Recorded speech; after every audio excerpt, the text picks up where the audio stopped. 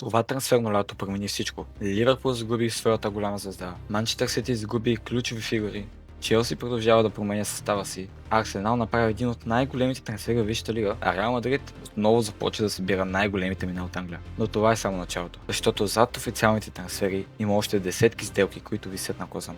А има и такива, за които можем да кажем, че те койно са избрали новия си отбор. Нека започнем с трансфер, който можеше да промени цялата карта на европейския футбол, а именно Родри. Дълго време изглеждаше, че ако испанецът напусне Манчестър Сити, следващата му спирка ще бъде в Реал Мадрид. И това имаше логика. Реал търсеше нов лидер в хафовата линия, а Родри познава испанския футбол.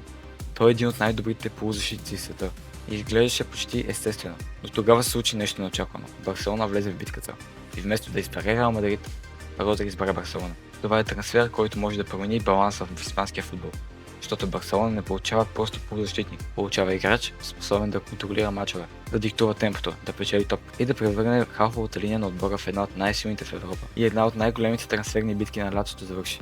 Не в Мадрид, а на Камп Ноу. Но ако трансферът на Родри е в историята за това кой е избрал новия си клуб, следващата история за футболист, който вече е оставил стария си клуб с лицата в си, а именно Мохамед Салах.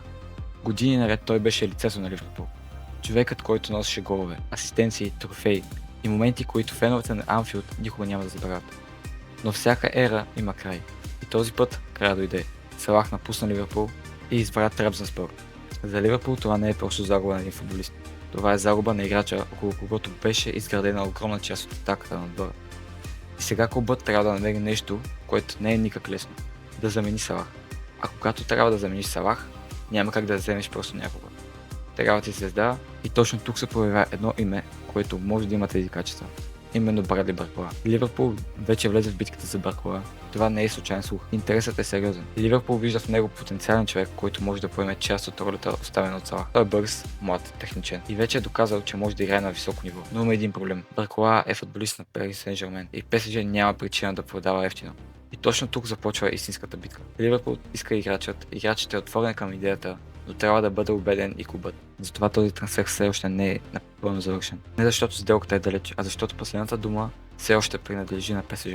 Но Ливърпул не загуби само Салах. Ибрахима Конате също напусна клуба.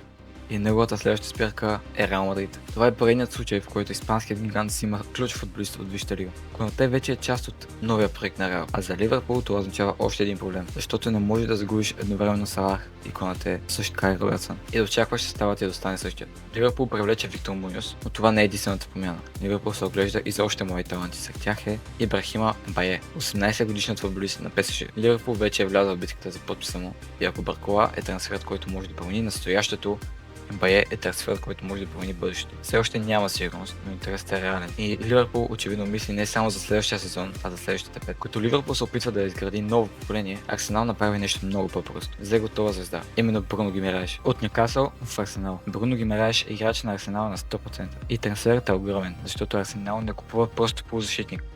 Футболист, който вече познава Висшата лига, който знае какво е да играеш под огромно напрежение и който може да промени начина, по който Арсенал контролира средата на терена. Нека поговорим за Челси. Челси продължава да прави това, което прави най-добре, а именно да купува.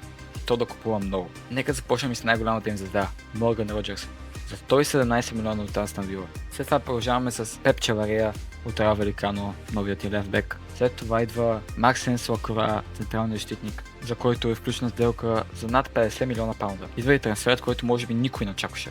Дани Уелбек на 36 години от Брайтън в Челси, с 2 годишен договор. Но Челси не само купува. Клубът губи един от най-разпознаваемите си футболисти, именно Марко Корея, а испанският гигант продължава да гледа към Англия и да взима най-доброто от Висшата лига.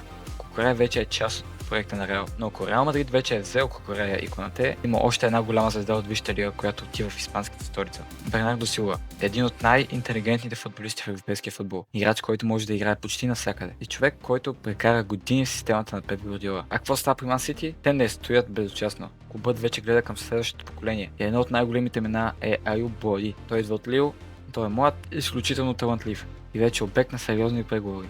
Сити е готов да даде огромна сума, над 70 милиона евро. Това е трансфер, който е много напреднал, но все още не е официален. А сега Манчестър Юнайтед. Клуб, който отново се опитва да намери правилната посока. И една от най-големите истории е тази с Маркус Рашфорд. След всички проблеми, след всички слухове, след всички разговори за неговото бъдеще, Рашфорд се завръща на Олд Трафорд. И това е странна ситуация, защото въпросът вече не е дали ще се върне, а какво ще се случи след това. Ще получи ли втори шанс, ще бъде ли отново лицето на клуба, или Юнайтед просто ще го използва като временна част от състава. Това ще бъде една от историите, които ще следим до последния ден. Но Юнайтед гледа и към бъдещето. 18-годишният колумбийски талант Кристиан Роксо ще премине към червените дяволи. И докато Юнайтед се опитва да гради бъдещето, Астън Вила направи един от най-шумните трансфери – Алехандро Гарначо, играч, който преди изглеждаше като бъдещето на Олд Трафорд. Сега ще играе за друг клуб от Висшата лига. Нека видим какво може да покаже Гарначо в Астън Вила. Може ли да покаже нещо повече, отколкото в Ман Юнайтед? Но има клуб, който заслужава отделно внимание, а именно Тотнъм. Защото ако погледнете списъка им, ще се запитате дали не са решили да построят изцяло нов отбор. Нека започнем с Сандро Тонали, след това Матеос Фернандеш, Ван Хеке, Маркос Санеси, Анди Робертсън, Мартин Добравка. И това е само част от имената. Тотнъм не просто подсила състава, Тотнъм променя състава. И след всичко това клубът има още един футболист. Савиньо. Преговорите са напреднали, интересът е огромен, но Сити все още трябва да реши дали може да го пусне. Тотнъм може да се окаже един от най-големите победители на трансферния прозорец. И когато погледнем всичко това, става ясно колко много се промени Висшата лига. Салах вече не е в Ливърпул, Конате също тръгна, Кукурея в Мадрид, Бернардо Силва също там, Бруно Гимарайш в Арсенал, Челси продължава да купува, Тотнъм изглежда като нов отбор, Ливърпул търси новата си звезда, а Ман Сити вече мисли за следващото поколение. А до края на прозореца има още време. Вие какво мислите? Ще видим ли още изненади? Напишете в коментарите.